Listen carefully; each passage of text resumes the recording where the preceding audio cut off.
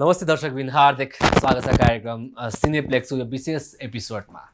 मैले भनिरहेको छु विशेष एपिसोड यो आधारमा दिन प्रतिदिन कोरोनाको विविधता बढिरहेको छ र साथसाथै बाढी पहिरोले पनि हामी नेपालीको जीवन स्तब्ध बनाएको छ। दिन प्रतिदिन हामी खुसी होइन दुखी भइरहेका छौँ र त्यो दुःखमा एकैछिन भए पनि तपाईँहरूलाई मलम लगाउन सक्छौँ कि भन्ने प्रयत्न गरेर विशेष एपिसोड सुरु गरेका छौँ। हामीले थोरै समय भए पनि रमाइलो गराउन सक्छौँ कि भनेर र यो विशेष एपिसोडमा आज हामी माझ विशेष व्यक्तित्व नै हुनुहुन्छ। मैले जहिले भन्ने गर्छु, कलाकार जहिले आफू दुखी भए तापनि दर्शकलाई सधैँ हँसाउनुहुन्छ र म कहिले पनि अतिथिको नाम लिइहाल्दिनँ होइन। उहाँको अभिनयबाट हामी सबै प्रभावित छौँ होइन। उहाँको अभिनय हेरेर म आफै पनि उहाँको ठुलो फ्यान हो भन्दा सायद फरक पर्दैन। व्यक्तित्व हुनुहुन्छ, म उहाँलाई स्वागत गर्न चाहन्छु। राम्रो अभिनय गर्ने व्यक्तित्व आज हामी माझमा हुनुहुन्छ, म उहाँलाई स्वागत गर्न चाहे। नमस्कार। नमस्कार हजुर, म माधव पण्डित। माधव पण्डित ओके। अब ठ्याक्कै दाजुभाइको जुन छ नि एउटा बोल्ने शैली अनि हजुर भन्ने शैली सेम छ, कारण के होला मैले सोध्न मन लाग्यो। मलाई कारण भन्दा पनि भगवान् भोलेनाथकै कृपा हो यो। अब एउटै आवाज, लोगोको अनुहार पनि, बोल्ने शैली पनि, अब कहिले अभिनय गर्दा पनि उस्तै उस्तै आउने। भगवान् फिल्ड पनि एउटै हुनु, क्षेत्र पनि एउटै क्षेत्रमा हुनुहुन्छ, क्षेत्र पनि एउटै भयो। कसरी सम्भव भयो? अब यस्तो भयो, म यसअघि चाहिँ अब हुन त 18-19 वर्ष भइसकेछ यो क्षेत्रमा बिताएको होइन। त्योभन्दा अगाडि म टिचर थिएँ। अब टिचर हुँदाखेरि अब म बोल्नु पऱ्यो नि त, मान्छेसित बोल्दा पढाउनु पर्दाखेरि चाहिँ मेरो आवाज मिल्छ, बोल्ने शैली ठ्याक्कै दाइसित जान्छ भन्न थाल्नुभयो। अब त्यति बेला त रेकर्ड गरिँदैन थियो, क्यासेट प्लेयरको जमाना थियो। त्यो थिचेर मैले रेकर्ड गराएँ क्या। गर्दाखेरि मलाई ढिटो पनि लाग्यो, घरमै दाइ कलाकार पनि हुनुहुन्छ। अब त्यो बचपनदेखि एक किसिमको त्यो किन इन्ट्रेस्ट, म पनि एक दिन राम्रो आर्टिस्ट बन्छु। जुन दाजुले सङ्घर्ष गर्नुभएको छ त्यो पाटोमा म पनि दौडिन्छु भन्ने चाहिँ एउटा सङ्कल्प थियो। त्यो गर्दा गर्दै दाजुकै छत्रछाया, दाजुले देखाउनु भएको मार्ग निर्देशन अनुसार नै म कलाकारितामा अहिलेसम्म पनि अब निरन्तरता सिक्दैछु, लागिरहेको छु। हेर्नुहोस्, अब उहाँ सर चाहिँ दारीबा भनेर आफ्नो पहिचान बनाउनु भयो। त्यही पहिचान बनाउनु तपाईँ पनि लाग्नुभएको, दारी पनि झ्याप्पै राख्नु छ, कपाल पनि पाल्नु भएको छ, क्यारेक्टरले हो कि बाध्यताले हो कि रहरले? होइन, यो यसमा रोचक कहानी छ। दारी र कपाल, मैले कहिले दारी त यति लामो थिएन, कपाल चाहिँ पालि नै रहन्थेँ। यो म बिचमा 2-3 वर्ष म अलिकति ब्रेक जस्तो लिएँ। त्यो लिने क्रममा म साधनामा अलि व्यस्त रहेँ। साधनामा बस्ने क्रममा दारी मेरो दारी पनि अब मैले काट्ने ध्यान दिइनँ, साधनातिर ध्यान दिएँ। अब कपाल त लामो प्रायः पारि नै रह हुन्थेँ। त्यो गर्ने क्रम सँगसँगै मलाई चाहिँ रिसानी भाव सिरियल चाहिँ प्रकाश सुवेदीज्यूले डिरेक्सन गर्नुभएको, जहाँ चाहिँ मेरो सुरवीर दाजुले चाहिँ गोपीनाथ बाजीको भूमिका निर्वाह गर्नुभएको थियो।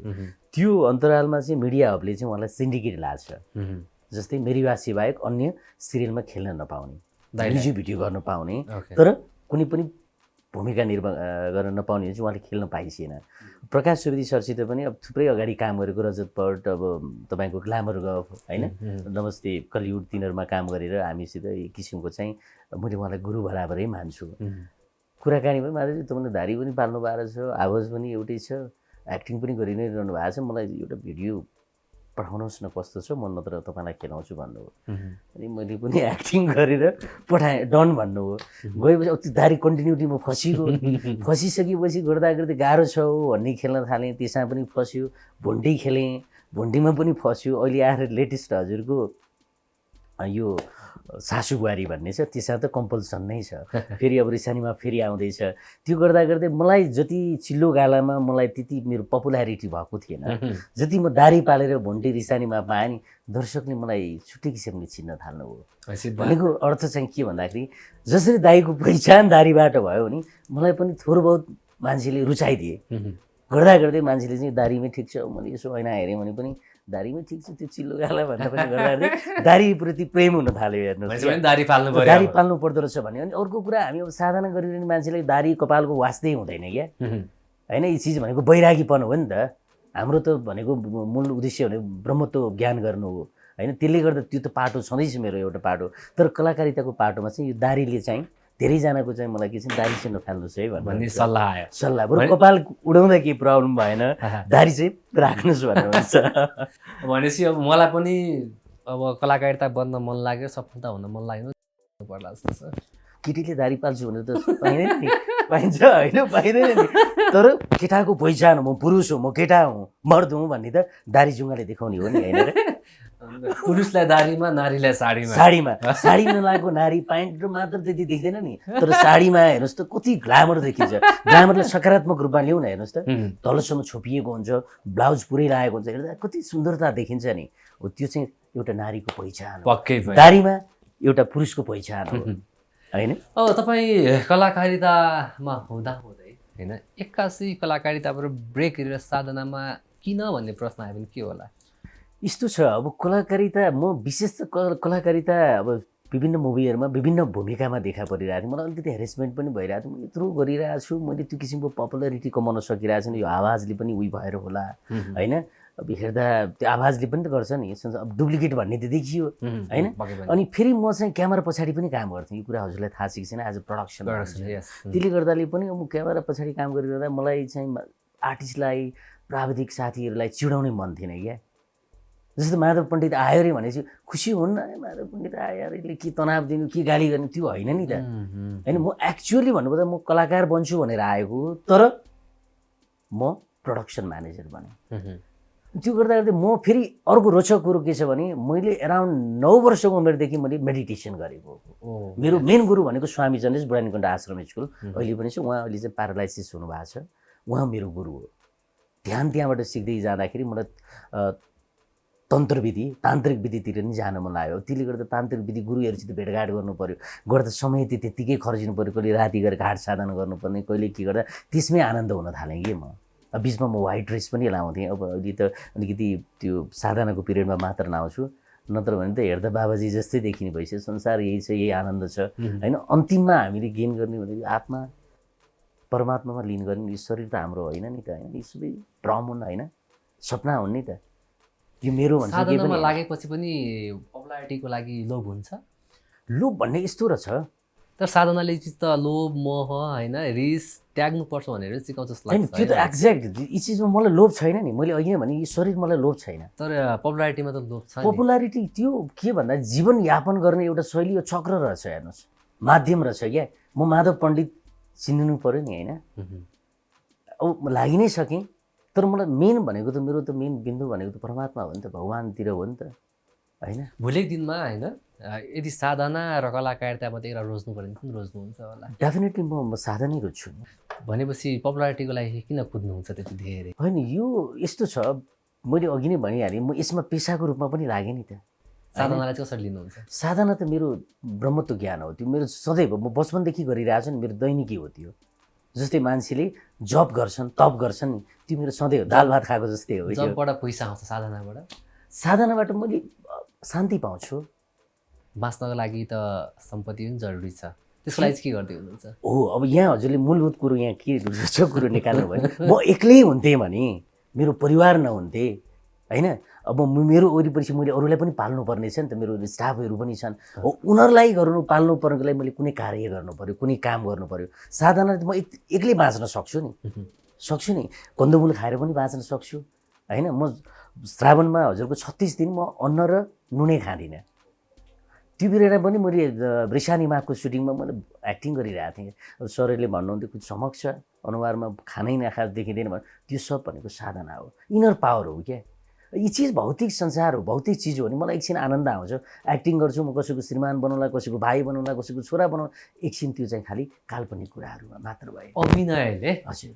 तपाईँको परिवार पाल्न सकिन्छ अहिलेसम्म चलि नै रहेछ अब यो बिचमा चाहिँ म साधनातिर नै लागेँ फेरि अर्को कुरो म भन्छु मैले फार्म हाउस खोलेको छु काउ फार्म छ त्यसमा तरकारीहरू पनि लागेको छु मैले गाई पालन गरेँ हुनसक्छ मलाई रेस्टुरेन्ट खोल्थेँ होला सिनेमा मेकिङ गर्थेँ होला विभिन्न मैले कामहरू छन् नि वेहरू छन् त होइन तर मैले गाई पालनलाई किन रोजेँ भने म एउटा साधक हुँ गौ माता होइन माताको सेवा गर्छु र मैले स्वच्छ दुध चाहिँ मैले चाहिँ मेरो व्यक्तिहरूलाई जो चाहिँ म कहाँ लिन आउनुहुन्छ हाइजेनिक प्योर दुध खुवाउँछु त्यो पनि सेवा भयो नि होइन र भगवान हो नि त गौमाता भनेर हाम्रो त हेर्नुहोस् पूजा गर्छौँ तीमाथि हाम्रो राष्ट्रिय जनावर होइन एकदम पोजिटिभ भाइब्स लिएर अगाडि बढ्नुहुने व्यक्तित्व लाग्यो मलाई चाहिँ होइन आजको यो कोसिस भेटले। गर्दैछु हजुर, स्टिल लर्निङ फेजमा छु म। अब यति धेरै भनौँ न तपाईँहरू कलाकारिता सँगसँगै साधना पनि हुनुहुन्छ होइन, यो बिचमा जुन दाइको एउटा न्युज आयो तपाईँको दाइको होइन, सोध्नुहुन्थ्यो या हुन्थेन थाहा छैन, तर म सोधेँ होइन हुन्छ, यसमा पनि म लागि नै रहेको छु अहिले। यसले तपाईँको परिवारमा तपाईँमा कस्तो असर पार्यो भन्ने बुझ्न मन लाग्यो मलाई। यसले बहुत नराम्रो असर पार्यो मलाई चाहिँ। म दुध लिएर जाँदै थिएँ, म अब त्यो दिन स्टाफ बिमारी हुनुहुन्थ्यो, म आफै चलाएर लिएर जाँदै थिएँ। मलाई फोन आयो दुईजनाको, अनि के हो भाइ दाइको त निधनको खबर आउँछ भनेर। बिहान भर्खर चाहिँ म्यासेन्जरमा मेरो कुरा भएको, होइन होला भने फेरि अर्कोले भन्छ, अर्कोले भन्दा त म त सक भने। जुन पहिलो फोनले गर्दा मैले चलाइरहेको गाडी लिएर अर्काको त्यो वालमा ठोक्याएँ कि मैले। अब अकल्पनीय कुरा हो नि त। जुन दाजुसित बिहान मात्र भोइस मेसेजमा कुरा भइरहेछ, एक दिन बिराएर अरू दिन गफ हुन्छ भने अकस्मात अलप सडन त्यो किसिमको कुरा सुनिन्छ र मैले तुरन्त घरमा फोन गरेँ, छोराछोरीलाई फोन गर्दा उठ्दैन, दाजुको फोन उठ्दैन, मान्छे सक त हुन्छ नि। तर भाग्यवश एकछिनपछि उठ्यो दाइको फोन, आवाज सुन्नु थियो, दाइ के छ खबर भने। बेलुकातिर म खाना खाँदैछु भाइ भन्नुभयो। ठिक छ त बुवा मम्मीले, ठिक छ भन्नु। तर दाजुले बुझिसक्नु कुन आशयले भाइले फोन गरेको छैन। पछि फोन गर्नु, भाइ यस्तो यस्तो भयो, तिमी एकचोटि लाइभमा आउँछौ या त कुनै स्ट्याटस राख्छौ भन्नु। हुन्छ दाइ म बाहिर छु, काम गर्दैछु, म घर पुगेर स्ट्याटस लेख्छु भने। लाइभमा आउन सकिनँ मैले, किनकि मलाई यति बिहोल बनाइदियो नि। तर मैले एउटै चिजको अपेक्षा गरेको थिएँ कि जुन चिज आयो बाहिर, त्यो चिज चाहिँ मेरी बाछेको क्लिप्स काटिएर बनाइएको थियो। र यो किसिमको चाहिँ विज्ञप्ति या त कुनै भर्सन चाहिँ त्यसको आधिकारिक व्यक्ति सोम धितालज्यू र त्यसका निर्देशक दमन रूपाखेतीज्यूको चाहिँ भर्सन आउला भन्ने अपेक्षा थियो मेरो, तर आएन। बिहान जब 4 बज्यो म फेरि हेरेँ, यति धेरै कि मार्मिक गानाहरू राखेर, त्यो त हृदय विदारक हो नि त। त्यसले के गर्छ? ह्यारेसमेन्ट होइन त। म एउटा भाइ दाइ जिम्दै हुनुहुन्छ त्यो मलाई थाहा छ, तर स्वयं जो चाहिँ जिम्दै भएको व्यक्तिलाई कस्तो असर पर्छ? पक्कै पनि भावनामा चोट पुगेन होइन। त्यसपछि मैले लाइभमा आउनु अघि सोम सरलाई फोन गरेँ, त्योभन्दा अगाडि दमन दाइले फोन गरेँ, उठेन। सोम सरलाई फोन गरेपछि उठाउनु भयो। मैले भने म माधव पनि अवश्य पनि चिन्नुहुन्छ, मेरो व्यासमा पहिले पनि काम गरेको मान्छे, अनि भन्नुहोस् भने दाइको यस्तो यस्तो खबर आयो, तपाईँहरूले एउटा विज्ञप्ति निकाल्नुहोस् भन्दा इजिली लिनु हुन्छ, म उयो गरौँला भन्नु। होइन सर, यसलाई please take it seriously sir, होइन त्यो राम्रो कुरो मलाई लागेन भने। दमन दाइलाई फोन गरेँ, दमन दाइ पनि हाँस्नुहुन्छ, गरेर हाँस्नुहुन्छ। मैले भने दाइ यो ठेस पुऱ्याउने काम नगर्नुहोस् होइन, म त गएर यो विभिन्न निकायमा गएर उजुर बाजुर गर्छु, किनकि पीडित हामी भयौँ, चोट हामीलाई छ, दुःख हामीलाई छ। जसलाई घाउ लागेको हुन्छ, चोट लागेको हुन्छ, त्यसलाई पीडा हुन्छ। पक्कै पनि हजुरले महसुस मात्र गर्ने हो क्या, बिचरा माधवजी तपाईँलाई दुःखी है भन्नुहुन्छ। तर त्यो दुखाइको गहिराई कतिसम्म छ भन्ने कुरा त त्यो काटिने व्यक्ति, चोट पर्ने व्यक्तिलाई थाहा हुन्छ। मैले यही भन्दा उहाँहरू हाँस्नुभयो। म प्रेस काउन्सिल आएँ, आइसकेपछि हाम्रो केसीजी हुनुहुन्छ नि, क्राइम नेपालको हुनुहुन्छ नि, उहाँलाई भेटघाट भयो। अनि मैले चाहिँ यस्तो यस्तो भनेपछि उहाँको उसमा गयौँ, त्यहाँ मैले एउटा अन्तर्वार्ता दिएँ। त्यसपछि त्यहाँ फोन गर्दा पनि उनलाई उठाउनु भएन, एकैचोटि बेलुका उठाउनु भयो। दाइ यस्तो यस्तो भयो तपाईँले, किनभने मैले भर्खर लाइभमा आएँ, यो छोड्दै यार सुरु भइरहन्छ यो यताउति भन्दा दाइ यस्ता कुरा कहिले पनि भाइ तिमीले के चाहिँ गर्न सक्छौ, तिमी त्यो मान्छे ल्याएर देखौ अनि म गर्छु। ल असम्भव कुरो देखाउनु भयो अब उहाँले। अनि मैले भने मेरो दाइलाई यो परिरहेछ दाइ, मेरो बुवा चाहिँ मृत्युसित लडिरहनु भएको छ, मेरो बुवाले यो खबर सुन्नुहुन्थ्यो भने के हुन्थ्यो? हार्ट एट्याक हुन सक्दैन। यसले त ठुलो मानवीय क्षति गर्छ। जो चाहिँ जिम्दै छ श्रद्धाञ्जली लेख्न मिल्छ? कहाँ नेम छ, कहाँ कानुन छ, कहाँ धर्मको शास्त्रमा लेखिएको छ, कुन वेद पुराण उपनिषदमा लेखिएको छैन नि त। यो त सरासर धर्मको कुरा गर्नुहुन्छ नि ठुलो पाप, नत्र कानुनीको प्रक्रियाको कुरा गर्नुहुन्छ नि यो चाहिँ मान्छेलाई चाहिँ ठुलो दण्डित हुने कुरा हो नि त यो त, होइन? भन्दैन होइन भारतमा यार भाइ, इन्डियामा अमिताभ बच्चनको आउँछ, उसको आउँछ, यार भाइ के चिन्ता। भने तपाईँ कुन पृष्ठभूमिमा हुनुहुन्छ, कुन भूगोलमा हुनुहुन्छ, कुन देशमा हुनुहुन्छ? तपाईँ भारतीय नागरिक हो? होइन, म नेपाली भन्नुहुन्छ। भारतीय कलाकार हो? होइन। अनि कुन संविधान मान्नुहुन्छ, कुन भाषा बोल्नुहुन्छ? अनि तपाईँ यी कुरा गर्ने, घृणित कुरा गर्ने एउटा डिरेक्टर जस्तो भएर भनेपछि उहाँले चाहिँ अलिक त्यस्तै कुराहरू गर्नुभयो। मैले भने दाइ म जसरी पनि जे गरेर भए पनि जसले त्यो लेख्नु भएको छ उहाँलाई म ल्याएर सुरवीर पण्डित मेरो दाजु अगाडि माफी मगाएरै छोड्छु। यो किन गर्नुपर्छ भने नि गएको हप्ता रश्मि भट्टज्यूको आमा खुवाउने मातृ औँसीको दिनै आयो। दुःखद खबर हो नि, आमा खुवाउने तिथिमा हेर्नुहोस् त, दुःखद खबर हो। के राम्रो कुरा हो। त्यसै गरी मरिजमान भाइको पनि आयो, मैले न्युज हेरेको थिएँ, बिचरा उहाँलाई पनि दुःख लाग्यो, उहाँको श्रीमती भर्खर बिहा गरेको श्रीमती धेरैतिर जोडिएका हुन्छन्। त्यसै गरी मेरो दाजुको आयो, फेरि हिजो हाम्रो पूर्व प्रधानमन्त्री झलनाथ खनालज्यूको आयो। भनेपछि एउटा यस्तो घिर्गो छ कि गलत समाचार सम्प्रेषण गरेर विभिन्न हावादारी कुराहरू लेखेर पैसा कमाउने उद्देश्य भयो। कर्म नगरिकन क्या, कर्म गर्नु पर्यो नि। के छ पहल? अब चाहिँ पहल के छ? पहल त म त सम्बन्धित निकायमा जान्छु, गइरहेको छु, साइबर क्राइममा जान्छु होइन, यहाँ प्रेस काउन्सिलमा जान्छु। तपाईँको मेरो भनाइ चाहिँ मैले कुरा बिचमा रोकेँ। हजुर, तपाईँको एउटा भनौँ न एउटा परिवार थियो हजुर होइन, एउटा परिवार जहाँ तपाईँको दाइले अभिनय गर्नुभएको थियो। हजुर। त्यो टिमबाट त कुनै सहयोग छैन, अरूले के गर्ला भन्ने कसरी आश लिनुहुन्छ? अनि यस्तो हो, अरूबाट अपेक्षा कम राख्नुपर्छ, आफैले नगरिकन। तर आफ्नै टिमको सहयोग पाइएन नि। टिम कहाँको टिमको कुरा गरिसिन्छ हजुर? त्यसलाई टिम कसरी मान्ने? उहाँहरू नै मलाई त जहाँसँग लाग्छ नि, आरोप होइन शङ्का हो मेरो, उहाँहरूद्वारा नै परिचालित हो कि? किनकि एउटा कन्टेन्ट हिट बनाउनको लागि कसैलाई मृत्यु भन्ने, श्रद्धाञ्जली दिने मिल्छ? त्यो मैले तपाईँलाई लेख्न मिल्छ? मैले कुनै युट्युब च्यानल चलाएँ भने त्यसलाई मैले हिट बनाउनको लागि आज चाहिँ फलानु व्यक्ति चाहिँ मर्नुभयो, हार्दिक श्रद्धाञ्जली लेख्ने? एउटा व्यक्तिलाई असर नगर्ला कलाकारलाई, तर त्यसभित्र जोडिएका व्यक्तिलाई ठुलो असर गर्छ। तपाईँले यो कदम चालिरहँदाखेरि हजुर। अब अभिनय कुरा गरौँ, अब यहाँ त कतै रिस्पी लिने चलन छ, इक लिने चलन छ होइन, मै ठुलो भन्ने चलन छ। भोलिको दिनमा त्यो टिममा तपाईँको दाइ नपर्ने सक्नुहुन्छ होला नि फेरि? हेर्नुहोस्, म एउटा कुरो के भन्छु भने, उहाँले रिस राग छल कपट राखेर मेरो दाइलाई हटाउनुहुन्छ भने मैले भन्नु केही छैन। सुरवीर पण्डित आफैमा एउटा राम्रो कलाकार हुनुहुन्छ, मैले मेरो दाजु भनेर भनेको होइन। आज सिन्डिकेट त मेरी वासेरी लागेको छ नि, सिन्डिकेटबाट हट्नुहोस् न, जति पनि पाइन्छ कर्म गर्दा। संस्कृतमा एउटा भनाइ छ गीतामा, कर्मण्डेवा अधिकारस्ति मा फलेषु कदाचन मा कर्म फलैतुर्वु माति सङ्गुस्त कर्म। कर्म गर, तर तिमी फलको आशा कदापि नगर, अन्तत्व गत्वा तिमीले राम्रै फल पाउँछौ।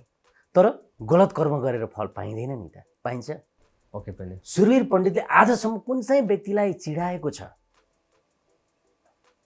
कुन चाहिँ व्यक्तिलाई अपशब्द बोलेको छ र कुन चाहिँ व्यक्तिलाई कुटेको छ? र अचम्म लाग्दैन तपाईँलाई? लाग्छ नि। एउटा टिम होइन, त्यो टिमसँग उहाँ धेरैचोटि बस्ने उठ्ने गर्नुभयो होला, धेरै दुःख सुखमा साथ दिनुभएको थियो होइन। आज तपाईँको परिवार जे भयो भने अन्यायमा परेको छ, अन्याय मान्नुहुन्छ यो कुरा? मान्छु त्यो। अन्यायमा त नचिन्नेले पनि साथ दिन्छ होइन, त चिन्नेले साथ नदिँदा दुःख लाग्दैन? दुःख लाग्छ। अब उहाँले, मैले अहिले भर्खर पनि हेरेँ त्यो लाइभमा आउनुभएको रहेछ, तर त्यति प्रभावकारी देखिनँ मैले उहाँको लाइभ पनि। जति उहाँले दर्शक जो टिकटक प्रेमी साथीहरू हुन्छ, उहाँले चाहिँ त्यो ट्रोल्स नै बनाउनु भयो नि त, ट्रोल नै बनाउनु भयो, एक किसिमको भाइरल भयो। आधिकारिक त्यो उहाँको चाहिँ मन्तव्य या त कुनै चिज चाहिँ त्यही दिन बेलुका आउनु पर्थ्यो क्या, यदि त्यसलाई उहाँले भाइरल बनाउनु नलगाएको भए, नचाहेको भए। तर मैले कुनै त्यो व्यक्तिलाई मैले समातेँ भने एउटा नेपालीमा भनाइ छ, लहरो तान्दा पहरो आउँछ।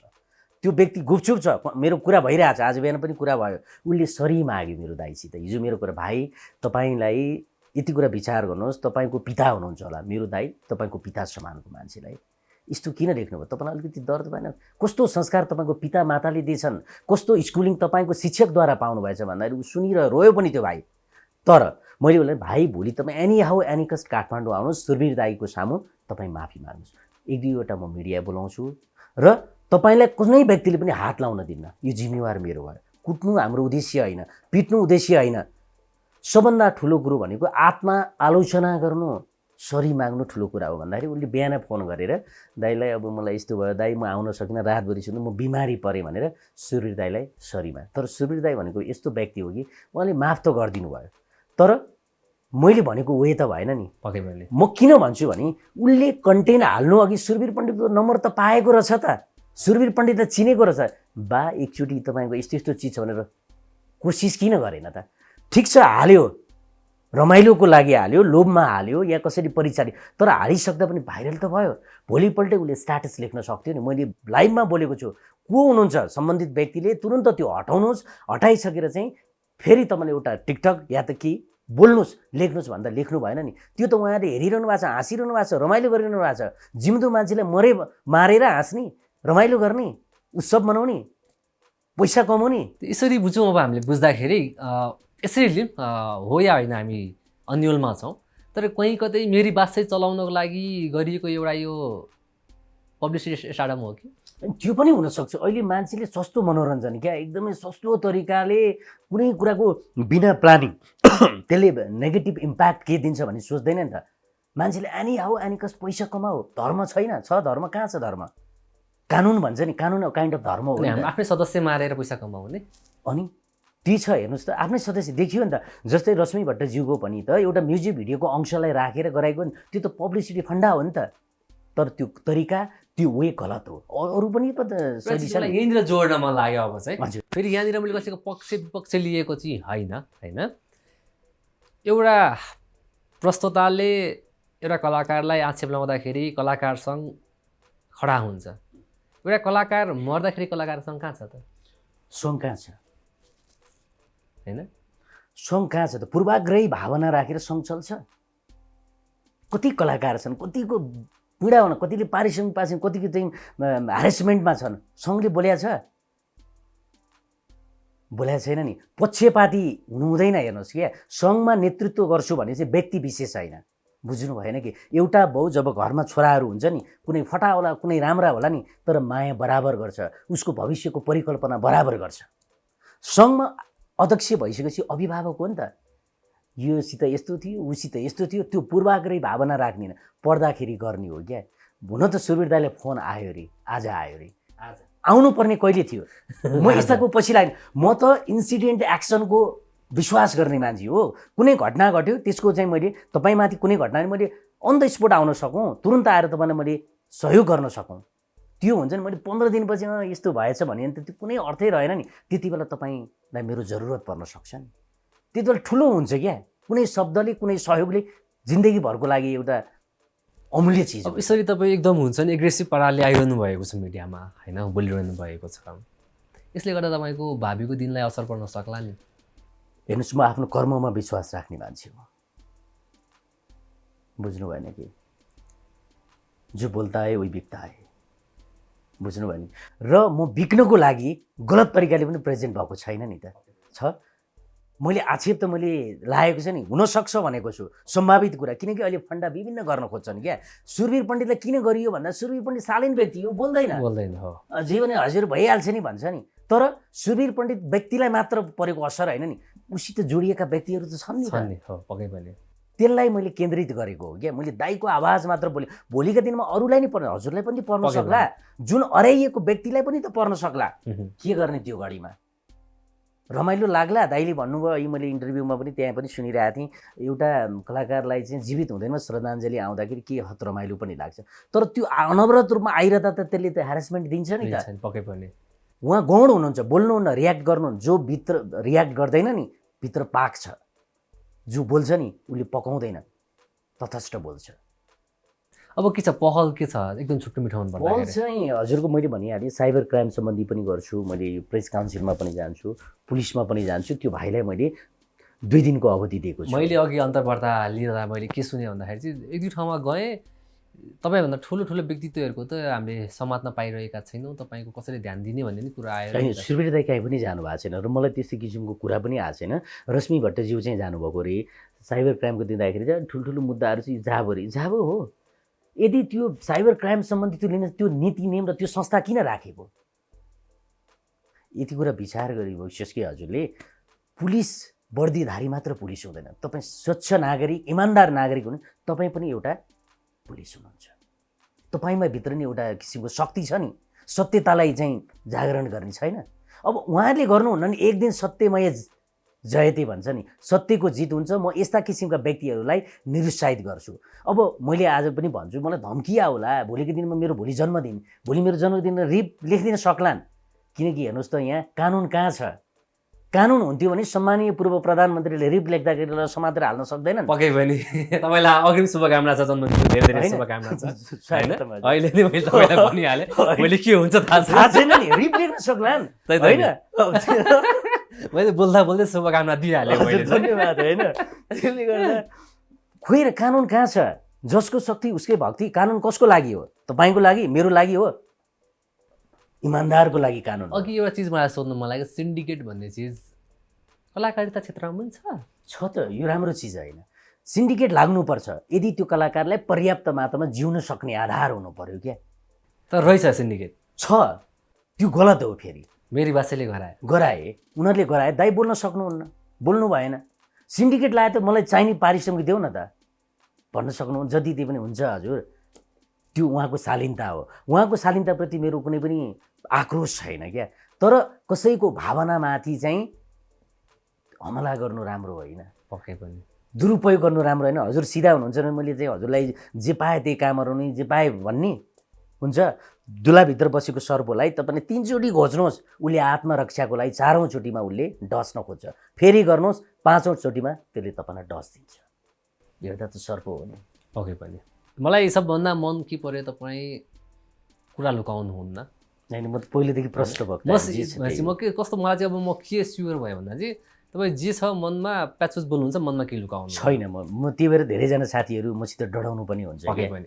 लुकाउँदिनँ म केही पनि पक्कै पनि न्याय चाँडै पाउनुहोस् होइन अपेक्षा गरेको छु जुन दर्द हामीले भोगिरहेको छौँ यो किसिमको दर्द चाहिँ भोलिका दिनमा कुनै पनि व्यक्ति कलाकार मात्र होइन पक्कै पनि कुनैले पनि भोग्नु भएन क्या एउटा सिम्पल चाहिँ प्लास्टिक टिप्दै गरेको व्यक्ति पनि उसको आत्मसम्मान छ नि पक्कै पनि छ नि छैन कलाकार त त्यसको गहना हो नि त हेर्नुहोस् त मरेपछि पनि जिउँदो हुँदै मान्छे जिउँदै मार्यो अनि कति दर छ नि छैन सम्मान जसले गर्न सक्दैन नि त्यसको के हालत होला मैले हजुरलाई मिठो बोल्छु सर नमस्कार भन्छु र हजुरले नमस्कार महादेवजी भन्नुहुन्छ मैले एकदम टेढो भनेर कुरा गरेँ त पनि टेढो बनिरहेको पक्कै पनि thank you so much sir आइदिनु भयो है धेरै खुसी लाग्यो धन्यवाद अब तपाईँ आइसकेपछि यो तपाईँको त व्यक्तिगत क्यारेक्टर देख्यौँ क्या हामीले चाहिँ होइन रियल क्यारेक्टर हेर्न मन लाग्यो अन्त्यमा चाहिँ होइन एकदम गाह्रो कुरो गरिबक्स्यो होइन अब यो अघि नै हजुरले भन्नुभयो नि म कला लाइनमा चाहिँ वास्तविक कमेडियन बन्छु भनेर आएकै होइन सेन्टिमेन्ट्स क्यारेक्टर गर्न सकौँ नेगेटिभ क्यारेक्टर गर्न सकौँ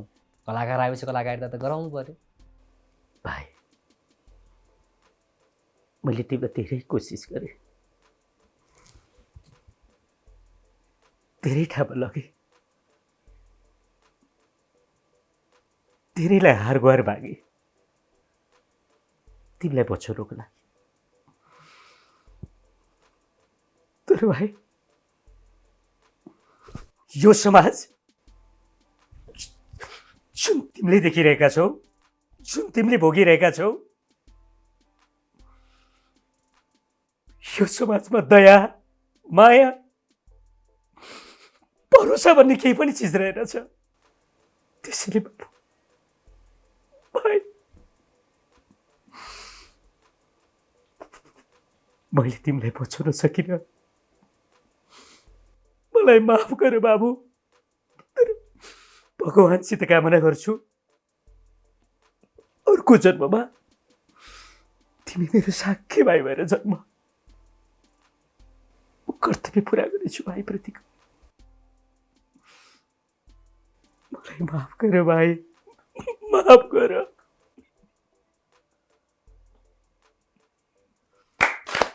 सकिन भन्नुभयो